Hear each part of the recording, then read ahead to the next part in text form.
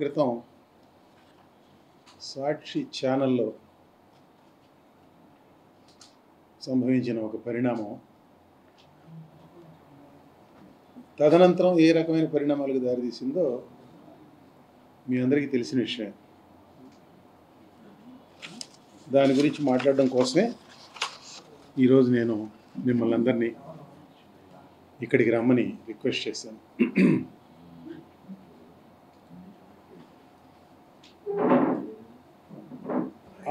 ఆ లైవ్ షోలో కొమ్మినేని శ్రీనివాసరావు గారు నిర్వహించే ఆ లైవ్ షోలో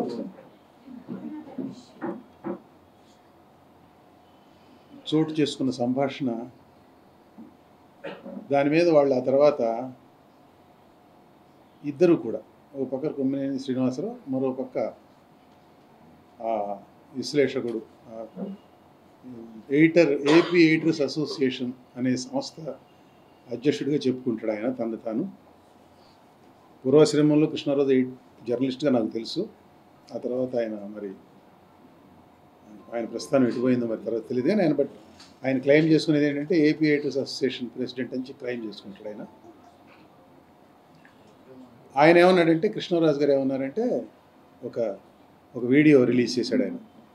ఆ వీడియో రిలీజ్ చేసింది ఆయన జగనన్న కనెక్ట్స్ అనే ఒక Twitter X social media platform X ఉంది కదా, ఫార్మర్లీ ట్విట్టర్, దాంట్లో జగనన్న కనెక్ట్స్ అనే హ్యాండిల్లో పెట్టాడు ఆయన ఆ వీడియోని. ఆ వీడియోలో ఆయన చెప్పింది ఏంటంటే, ఇది ఒక సామాజిక విషయం, సామాజికపరమైన అంశం. ఏమిటది? ఆంధ్రప్రదేశ్లో సెక్స్ వర్కర్స్ అధికంగా ఉన్నారనేది, అమరావతి చుట్టుపక్కల ప్రాంతాల్లో సెక్స్ వర్కర్స్ అధికంగా ఉన్నారనేది. అమరావతి అని అనలేదు నేను, అమరావతి ప్లీజ్ మాట్లాడొద్దండి ఎవరు. అమరావతి పరిసర ప్రాంతాల్లో అని చెప్పాను నేను. ఇది ఒక సామాజిక అంశం, దాన్ని సామాజిక అంశంగానే చూడాలి, దానికి రాజకీయం ఆపాదించడం తగదు అని ఆయన అన్నాడు. రెండవది, కొమ్మినేని శ్రీనివాసరావు గారు ఆయన కూడా సాక్షుల లైవ్లోకి వచ్చి, ఇది ఆ విశ్లేషకుడికి సంబంధించిన వ్యవహారం, మాకు సంబంధించిన వ్యవహారం కాదు, నేను ఆపి ఉండాల్సిందేమో అని ఆయన రిగ్రెట్ వ్యక్తం చేసి చెయ్యనట్టు క్షమాపణ చెప్పడానికి మాత్రం రెడీగలేడు ఆయన. దీన్ని కొంచెం మనం చూడాల్సిన అవసరం ఉంది. ఎందుకు చూడాల్సిన అవసరం ఉందంటే, this is thoroughly bad journalism. ఇంత బ్యాడ్ జర్నలిజం మన రాష్ట్రంలో మన కళ్ళ ముందు పెడిలవుతుంటే, నడుస్తుంటే చూస్తూ ఊరుకోలేం. ఎట్లా బ్యాడ్ జర్నలిజం? ఒక 2 నిమిషాలు వినండి. దేనికైనా ఒక సందర్భం ఉంటుంది. జర్నలిజంలో కాంటెక్స్ట్ అనేది అత్యంత ముఖ్యమైన అంశం. కాంటెక్స్ట్, మీరు చెప్పే విషయానికి, మీరు చెప్పే వార్తకి ఉన్న సందర్భం ఏమిటి అనేది అత్యంత ముఖ్యమైన అంశం జర్నలిజంలో. మీకు నేర్పిన జర్నలిజం గురువులు ఆ విషయం మీకు చెప్పే ఉంటారు. ఏ కాంటెక్స్ట్లో ఆయన అమరావతి చుట్టుపక్కల, పోనీ అమరావతి చుట్టుపక్కల అనుకుందాం, అమరావతి చుట్టుపక్కల సెక్స్ వర్కర్స్ అధికంగా ఉన్నారన్న మాట ఆయన ఏ కాంటెక్స్ట్లో చెప్పాడు?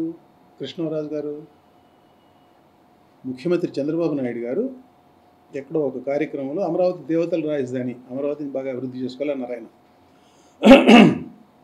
ఏమిటా పిచ్చి ఇక ముందు మాట్లాడబాకండి అంటే, అమరావతి దేవతల రాజధాని ఏంటి, అది వేశ్యల రాజధాని అన్నాడు ఆయన. అది ఆయన ఉంది. ఇంకా చాలా అన్నాడు మిగతా అన్ని. క్రక్స్ ఏంటంటే, అమరావతి దేవతల రాజధాని కాదు, అది వేశ్యల రాజధాని. ఇది సందర్భం. ఇది సామాజిక అంశం ఎలా అయింది? ఇది సామాజిక అంశాన్ని చెప్పిన సందర్భం. ఇది ఆంధ్రప్రదేశ్లో సెక్స్ వర్కర్లు అధికంగా ఉన్నారు అనుకుందాం. ఇండియన్ ఎక్స్ప్రెస్ ఆయన ఉటంకించిన టైమ్స్ ఆఫ్ ఇండియా రిపోర్ట్, నేను ఆ రిపోర్ట్ తీసే కాపీ. ఇందులో అమరావతి ప్రస్తావన ఎక్కడా లేదు. కొన్ని సదరన్ స్టేట్స్లో including Andhra Pradesh, Karnataka, Telangana sex workers percentage అధికంగా ఉంది. నేషనల్ హైవేస్ ఉన్న చోట్ల సెక్స్ వర్కర్స్ అధికంగా ఉంటారు. సహజంగా అందరికీ తెలిసిన విషయం అది. అది ఏదో ఒక ఒక ఒక ఒక సర్వే సంస్థ యూనియన్ గవర్నమెంట్కి సంబంధించిందో కాదో కూడా తెలియదు ఇది. దానికి సంబంధించి ఎవరో ఒకళ్ళు ఒక రిపోర్ట్ ఫైల్ చేస్తే ఆ రిపోర్ట్ ఆధారంగా రాసిన వార్తా కథనం ఇది టైమ్స్ ఆఫ్ ఇండియాలో. ఆ తర్వాత ఇది పీటీఐ కూడా పికప్ చేసిందట దీన్ని. ఇంకొక 2-3 పత్రికలు రాసినాయట. ఎక్కడా కూడా ఈ డిస్పాచ్ల్లో అమరావతి అన్న మాట లేదు. అది ఏ విధంగా సామాజిక అంశం ఆయన చెప్పింది అమరావతికి లింక్ చేసి నాకు అర్థం కావడంలో. వివరణ ఇవ్వదలుచుకుంటే మీరు ఆ సందర్భానికి ఎందుకు జోడించారో వివరణ ఇవ్వాలి. అది మీరు ఇవ్వాల్సిన వివరణ. అంతేగాని అది సామాజిక అంశం, దానికి రాజకీయం జోడించకండి. రాజకీయం ఎవరు జోడిస్తున్నారు? రాజకీయం ఎవరు జోడించారు? ఎవరు జోడించారు? ఆ మాట చెప్పినప్పుడు అమరావతి ప్రజల్లో, అమరావతి మహిళల్లో, ఆంధ్రుల్లో ఆగ్రహం పెళ్ళుబుకింది. దానికి ఎవరు రాజకీయం జోడించాల? రాజకీయం జోడించాల్సిన అవసరం ఎవరికి ఉంది? అందులో అగ్రీవ్డ్ పార్టీ విక్టిమ్స్ ఎవరైతే ఉన్నారో వాళ్ళ కోపం వచ్చింది అంతే. ఎవరు రాజకీయం జోడించాల. ఇక రెండవది కొమ్మినేని శ్రీనివాసరావు. ఎవరికి క్షమాపణ చెప్తున్నాడు ఆయన? ఎవరికి క్షమాపణ చెప్పట్లేదు సరి కదా. మీకు ఏమైనా ఇబ్బంది కలిగించుంటే క్షమించమని చెప్పి నేను ఛానల్ ఓనర్ దంపతులకు చెప్తారట. అయితే రాజీనామా కూడా చేస్తాను అవసరం అయితే అన్నారు. ఈ లైవ్ షోలో, ఈ వివాదాస్పదమైన లైవ్ షోలో కృష్ణంరాజు అది మొదలుపెట్టిన వెంటనే అవునవును నేను చూశాను, హిందూలోనో టైమ్స్ ఆఫ్ ఇండియాలోనూ వచ్చింది, కానీ మనం చెప్తే మన మీద అసూయ కొద్దీ చెప్తున్నారు అనుకుంటారేమో, రేపొద్దున మీ మీద పడతారేమో, సోషల్ మీడియా ప్లాట్ఫామ్స్ మీద మిమ్మల్ని నీచంగా ట్రోల్ చేస్తారేమో. ఆయన వాడిన పదం నీచంగా, విత్ ఇన్ ది కోట్స్, నీచంగా ట్రోల్ చేస్తారేమో అన్నారు శ్రీనివాసరావు గారు. నీచంగా అమరావతి ప్రాంతాన్ని, అమరావతి చుట్టూ సెక్స్ వర్కర్లు ఉన్నారని చెప్తున్న మాట నీచంగా కనపడలే ఆయనకి. దానికి రేపు పొద్దున రాబోయే ఆగ్రహావేశాల కారణంగా కృష్ణరాజు మీద ఎవరైనా విరుచుకుపడితే సోషల్ మీడియాలో పడిన పక్షంలో అప్పుడు అది నీచంగా ట్రోల్ చేయడం కిందకు వస్తుందట. ఇది ఆయన కండక్ట్. కొమ్మినేని శ్రీనివాసరావు ప్రవర్తించిన తీరు ఆ లైవ్ షోలో ఇది, సింపుల్గా చెప్పాలంటే, క్రక్స్ చెప్పాలంటే. దీన్ని బట్టి మీరందరూ జర్నలిస్టులు, మీరు కొంతకాలంగా 5 ఏళ్ళు గానో 10 ఏళ్ళు గానో 15 ఏళ్ళు గానో 20 ఏళ్ళు గానో ఉన్నారు, మీరందరూ జర్నలిజంలో ఉన్నారు కదా. దీన్ని బట్టి ఏమర్థమవుతుంది మీకు? మీ కంక్లూజన్ ఏంటో చెప్పండి. ఇది ముందు అనుకొని చేసిన షో అని నాకు అనిపిస్తుంది. మీకు అనిపిస్తుందా లేదా? చంద్రబాబు నాయుడు గారు ఎక్కడో ఒక దేవతల రాజధాని అంటాం ఏమిటి ముఖ్యమంత్రి గారు? అది దాన్ని తీసుకొచ్చి లాక్కొచ్చి అక్కడెక్కడో ఉన్న టైమ్స్ ఆఫ్ ఇండియాలో ఎప్పుడో పబ్లిష్ అయిన స్టోరీని తీసుకొచ్చి ఆంధ్రప్రదేశ్లో సెక్స్ వర్కర్లు అధికంగా ఉన్నారన్న ఒక సర్వే రిపోర్టును తీసుకొచ్చి దేవతల రాజధాని అనేది పాడు కాదు, ఇదిగో ఇది వేశ్యల రాజధాని అని ఈ రెండింటిని జత చేయటం ఏంటి? ఇది ముందు అనుకోకుండా జత చేయడం సాధ్యం అవుద్దా? I'm asking. ముందు అనుకోకుండా, బుర్రలో ఆలోచన ముందు లేకుండా ఈ రెండింటిని జత చేయడం సాధ్యం అవుద్దా?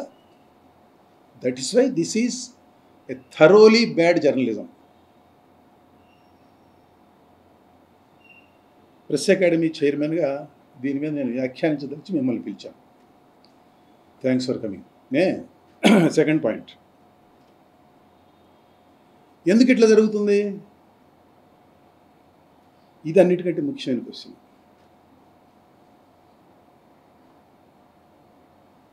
లార్జర్ టార్గెట్ ఏమిటంటే అమరావతి. ఎందుకు లార్జర్ టార్గెట్ అమరావతి? బికాస్ ఆ ఛానల్ని నడుపుతున్న యాజమాన్యం ఒక రాజకీయ పార్టీని కూడా నడుపుతున్న వ్యక్తులు ఆ ఛానల్ నడుపుతున్నారు. వాళ్ళు గత 5 ఏళ్ళు, ఈ సంవత్సరం ముందు ఉన్న 5 ఏళ్ళు ఈ రాష్ట్రాన్ని పరిపాలించారు. ఆ టైంలో అంతకుముందు 5 ఏళ్ళు పరిపాలించిన ప్రభుత్వం ఏదో ఒక స్థాయి వరకు తీసుకొచ్చిన రాజధానిని పాడుపెట్టారు. 5 ఏళ్ల పాటు రాజధానిని తరలించేందుకు ప్రయత్నించారు. 2024 ఎన్నికల్లో ఆ పార్టీ ఓటమి పాలైంది. ఆ పార్టీ నాయకత్వం యాజమాన్యంలో ఉన్న ఛానల్లో ఈ చర్చ చోటు చేసుకున్నది. కాబట్టి the writing on the wall is very clear, crystal clear. ఎవరికి అనుమానాలు లేవు ఇందులో. టార్గెట్ అమరావతి. అయితే ఇది ఎందుకు సంభవం అయింది? ఇంత ఇంత ఇంత ఇంత నేలబారు, ఇంత చౌకబారు, ఇంత ఇంత దరిద్రపు జర్నలిజం ఎందుకు మన కళ్ళ ముందుకు వచ్చింది? ఎందుకు వచ్చిందంటే ఒక వాహకం, ఒక వెహికల్, ఒక మీడియం అక్కడ అందుబాటులో ఉంది. ఏమిటది? సాక్షి అనే ఛానల్. ఎందుకుంది అందుబాటులో? ఇంత దరిద్రపు జర్నలిజాన్ని వాళ్ళు ఎందుకు చేయగలుగుతున్నారు? ఎందుకంటే అది వాళ్ళు నడిపే రాజకీయ పార్టీ ఇంట్రెస్టుల్ని ఇది ఫర్దర్ చేస్తుంది, ఇది ముందుకు తీసుకెళ్ళింది ఆ ఎజెండాని. కాబట్టి అది ఉంది కాబట్టి అందులో ఈ జర్నలిజాన్ని నడిపిస్తున్నారు. ఇది మనకేం చెప్తుంది? లార్జర్ క్వశ్చన్, ముఖ్యమైన క్వశ్చన్ ఇది మనకేం చెప్తుంది? రాజకీయ పార్టీల యాజమాన్యాల్లో, రాజకీయ పార్టీలను నడిపే వ్యక్తుల యాజమాన్యాల్లో మీడియా నడవటం అనేది larger interest of the society, సమాజం యొక్క ప్రయోజనాలకి, సమాజం యొక్క హితానికి వ్యతిరేకం, విరుద్ధం.